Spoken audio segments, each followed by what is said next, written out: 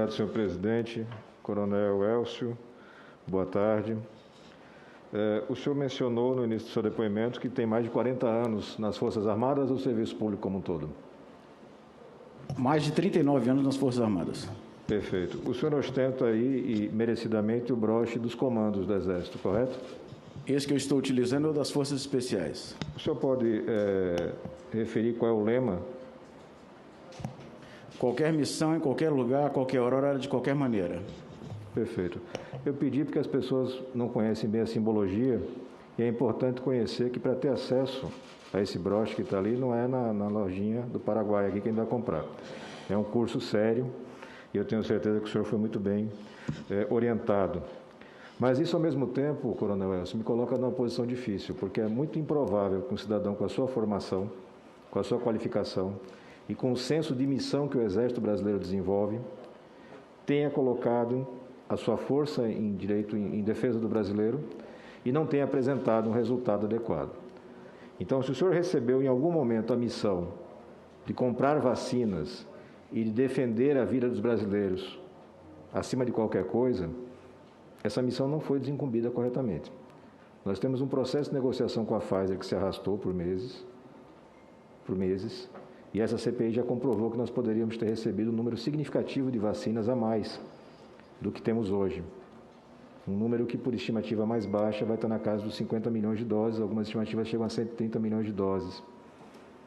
Então, para mim fica muito claro que o que Vossa Senhoria fez foi cumprir sua missão, conforme ela foi determinada.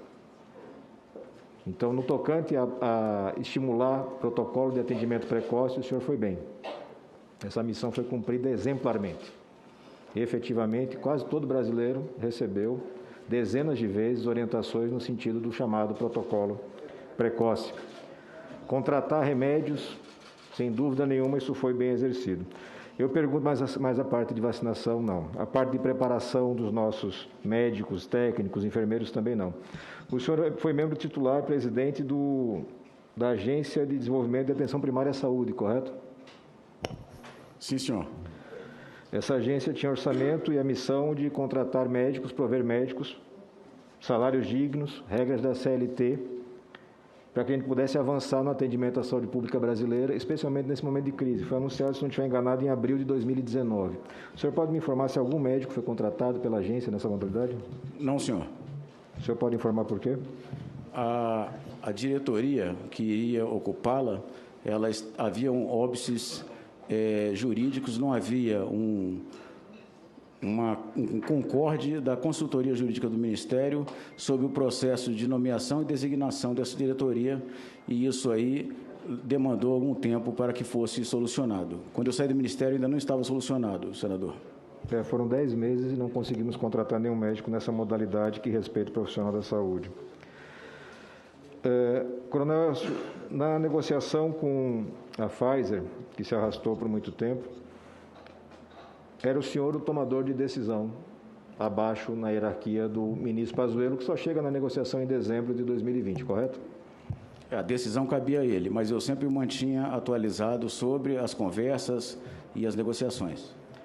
O senhor Zoser Araújo era o representante do Ministério, do ponto de vista da análise jurídica do contrato? Era a consultoria jurídica do Ministério. Consultoria jurídica do Ministério. O senhor já conhecia o doutor Zoser Araújo? Eu o conheci quando cheguei ao Ministério. Ele foi nomeado para integrar como um assessor do ministro, então, na gestão do ministro Taixe. Perfeito. No momento em que o senhor fazia a fase final já de negociação e aquisição das vacinas, a gente estava ali já no começo do ano, a gente tem aqui uma comunicação do Ministério da Saúde, subscrita por Vossa Senhoria, falando da compra de vacinas para o mercado privado, onde o senhor copia a mensagem para BlackRock Holdings e BRZ Trade. Seriam 30 milhões de doses, salvo engano, onde o senhor, copiando, manifesta informação de interesse do governo brasileiro. O senhor Gustavo Silva Campolina é o que é endereçado. 33 milhões de doses, vacina AstraZeneca, aquisição pelo setor privado brasileiro. Nós estávamos em 22 de janeiro de 2021. O Ministério da Saúde informa que não tem nenhuma objeção à aquisição dessas vacinas. Subscreve Vossa Senhoria, juntamente com o ministro da CGU, Wagner Rosário, e o advogado-geral, que à época era José Levi. Eu pergunto, essa manifestação aqui estava em consonância com o que a gente tinha em termos de legislação e principalmente em garantia do interesse do SUS? Porque se existiam vacinas passíveis de aquisição, por que o Ministério não adquiria? Porque essas vacinas não foram oferecidas ao Ministério. O que nós identificamos é que não seria uma ação concorrente com o SUS, mas que se somaria. Mais tarde também consultamos a AstraZeneca e identificamos que essa estrutura ela não era nominada oficialmente, oficializada pela AstraZeneca para comercializar a vacina. O senhor informou as autoridades competentes para a apuração da proposta fraudulenta? Nós solicitamos à Polícia Federal, assim como vários outros vendedores que vieram nos procurar, oferecendo quantidades enormes de vacina, 200 milhões, 400 milhões, no momento em que faltava vacina no mundo. O senhor, como tomador de decisão, assessor direto do ministro Pazuello, no envolvimento com o principal fornecedor de vacinas do mundo, que é a Pfizer, me parece que os grandes programas de vacinação do mundo funcionaram basicamente à base de vacinas da Pfizer. Estados Unidos, União Europeia, você tem Israel, todos eles com vacinas da Pfizer. O Brasil postergou essa contratação. Ao longo desse processo, quais foram os motivos que Vossa Senhoria encontrou para postergar essa vacinação, essa contratação com eles? Senador, eu já havia colocado aqui anteriormente, foi inicialmente o fato do ineditismo dessa tecnologia. Não havia nenhuma vacina no mundo já sendo disponibilizada com a tecnologia de RNA mensageiro. Era uma tecnologia inovadora, o que aumentava o risco. Também, como eu coloquei anteriormente, a fase 3 de estudos clínicos. Na primeira oferta da Pfizer, ela julgava que já teria autorização do FDA para disponibilizar ao Brasil em outubro. Isso só se materializou em dezembro. E as cláusulas chamadas leoninas, que ela nos impunha, dentre elas, ela queria que o presidente da República assinasse, desde o memorando de entendimentos, o primeiro, que era vinculativo, para, em 30 dias, assinar o contrato, pedindo pagamento antecipado, e nesse primeiro memorando de entendimentos, ela já dizia que não garantia 100% da possibilidade de conclusão do desenvolvimento e de oferta da vacina. Essa questão que o senhor afirma agora, de pagamento antecipado, aparentemente não corresponde aos documentos que recebemos. O que recebemos é que a proposta da Pfizer tinha pagamento condicionado à aprovação pela Anvisa. O senhor está dizendo que não? O que eu me lembro das nossas conversas com o Carlos Murillo e com técnicos da Pfizer é que eles se comprometiam até a restituir o pagamento antecipado caso a Anvisa não aprovasse. Isso que eu me lembro. Se eu não me engano, era 15% do valor da dose. Eu vou fazer juntada, enfim, destacar, porque já estão aí os documentos mostrando que as propostas tinham pagamento condicionado à aprovação integral pela Anvisa. Coronel Elcio, foi o senhor que determinou o fechamento do Hospital de Águas Lindas, do Hospital de Campanha? O Hospital de Águas Lindas foi o único hospital de campanha que foi contratado pelo Ministério. Foi realizado um acordo de cooperação técnica com a Secretaria de Saúde de Goiás e a previsão inicial era de funcionamento por 3 meses. A Secretaria de Saúde, Estadual de Saúde de Goiás, ela estava preparando e mobiliando uma estrutura permanente de alvenaria em Águas Lindas e essa é a situação ideal para o hospital de campanha, possibilitar estruturas permanentes.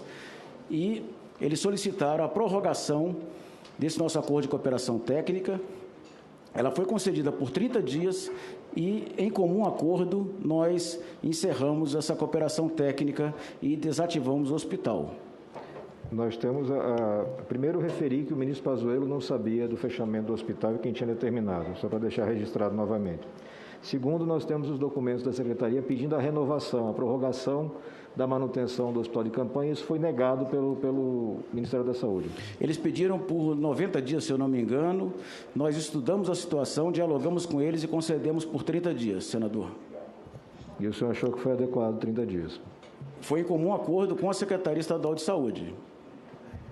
Foi em comum acordo com a Secretaria Estadual de Saúde? Sim, senhor. Secretário Ismael. Perfeito. O senhor mencionou ao longo do seu depoimento que a adesão ao consórcio COVAX, no menor percentual disponível, foi uma decisão sua. Foi isso mesmo? Não, senhor. Foi uma decisão do ministro ouvindo a todos os técnicos, baseado em uma nota técnica da Secretaria de Vigilância em Saúde, onde se pretendia abordar o público prioritário, que seriam os idosos, e considerando, dentre vários aspectos, que nós já teríamos a garantia de 100,4 milhões de doses da AstraZeneca produzida pela Fiocruz, com mais a produção de vacina nacional, com produção do IFA nacional de mais 110 milhões no segundo semestre deste ano, além das tratativas que tínhamos com o Butantan. E eu coloquei também que, como referência, a vacina contra a influenza, nós adquiríamos 90 milhões de doses ao ano. Só para ressaltar, o senhor disse que teve a nota técnica. O senhor sabe dizer quem subscreveu essa nota técnica, recomendando a contratação do menor percentual? Não, senhor, mas foi feito um estudo considerando esse público prioritário, considerando as outras vacinas também. Quem eram os técnicos que assessoravam Vossa Excelência no momento que fazia essas tratativas todas, tão relevantes para a saúde pública? Nós tínhamos técnicos da Secretaria de Vigilância e Saúde, por vezes os secretários, da Secretaria de Ciência, Tecnologia e Inovação, Insumos Estratégicos em Saúde, da Agência Internacional de Saúde. Algum deles defende a contratação de vacinas? Porque todos defendiam a contratação de vacina, tanto é que trabalhávamos também dentro da Secretaria de Vigilância em Saúde, com técnicos da Coordenação Geral do Programa Nacional de Imunizações. Por vezes consultoria jurídica, por vezes o Departamento de Logística em Saúde, para a gente operacionalizar a distribuição, o armazenamento dessa vacina. Só para ressaltar, porque talvez tenha dificuldade aí na matemática mesmo. O senhor está me dizendo que optou por adquirir no consórcio uma quantidade menor de vacinas, porque existiria a produção nacional de vacinas, existiria a produção de IFA nacional e nós teríamos a Fiocruz produzindo uma quantidade considerável de vacinas. É essa a afirmação que o senhor faz? O Butantan também, e nós continuávamos em tratativas bilaterais com Pfizer, com Janssen, com Moderna e depois com a União Química e a Precisa Medicamentos para as vacinas, respectivamente Sputnik V e da Covaxin. É razoável imaginar que o senhor entende que esse lapso temporal aí tinha gente morrendo, né? Sim, senhor. Por isso que a nossa prioridade era adquirir a maior quantidade possível, no menor prazo, com a segurança e eficácia garantidas pela Anvisa. Como é que alguém tem como prioridade adquirir a maior quantidade no menor prazo, não responde a respostas comerciais e faz adesão no menor percentual? Eu estou fazendo um apelo à lógica. Eu compreendo perfeitamente a narrativa que Vossa Senhoria apresenta aqui, é plenamente legítima, justificável, o senhor hoje é uma figura que está sob escrutínio público, mas, de novo, não há compatibilidade entre o que o senhor fala. Como é que o senhor me diz? A minha missão era comprar o maior número de vacinas com a maior segurança, na maior velocidade possível. Essa fala, ela é absolutamente compatível com a sua história de vida e com o lema que o senhor jurou seguir. Mas a sua prática não. Porque, na prática, nós não compramos a maior quantidade de vacinas disponíveis, nós não compramos da forma mais rápida possível. E as pessoas morreram. A gente poderia ter menos gente morrendo. Esses são os fatos. E se a gente não consegue visualizar os fatos, entendê-los, para que a gente não repita mais esse tipo de erro, a gente não está fazendo nada aqui. Então, é muito importante. E, por último, só para não ultrapassar o tempo. O senhor conhece, certamente, o EpiCovid, né? O inquérito epidemiológico da Universidade de Pelotas, que foi financiado pelo governo federal. Sim, senhor. Essa iniciativa começou ainda na gestão do ministro Mandetta e nós colhemos os resultados dela. Havia, em paralelo, iniciou, praticamente quando ele acabou, o PNAD Covid com o IBGE e agora materializado o Previcov com o IBGE também. Previcov foi desenvolvido o projeto e só acabou lançado agora com Queiroga, mas toda a preparação foi da equipe da qual Vossa Senhoria fazia parte, correto? Sim, senhor, capitaneada pela Secretaria de Vigilância em Saúde. O senhor pode informar para a comissão e para os brasileiros por que o EpiCovid, que investigou, entrevistou e testou 100 mil brasileiros a um custo de 12 milhões de reais, 100 mil brasileiros, 12 milhões de reais. Foi descontinuado. Em troca disso, nós temos agora o Previcov, que vai testar 211 mil brasileiros a um custo de 200 milhões de reais, contratando o laboratório privado, contratando um call center privado. O senhor pode explicar para a gente por que o antecessor não pôde explicar? Eu não tenho esses dados. Eu solicito que seja solicitado ao Ministério da Saúde, eu não disponho desses dados, mas o EpiCovid, ele teve como prorrogação o PNAD Covid pelo IBGE. Eu não tenho mais perguntas, senhor presidente, apenas reafirmo. É importante que a fala seja compatível com os fatos. É lamentável que a gente tenha um esforço tão grande por parte de um homem que tem uma carreira séria, brilhante, para tentar tapar o sol com a peneira e esconder o fato concreto, que é de que o governo federal tinha uma outra linha de ataque à pandemia, uma linha que não funcionou, uma linha que não tinha base técnica, e que a equipe que ainda hoje permanece no Ministério é uma equipe que vai contra a ciência consensual no mundo.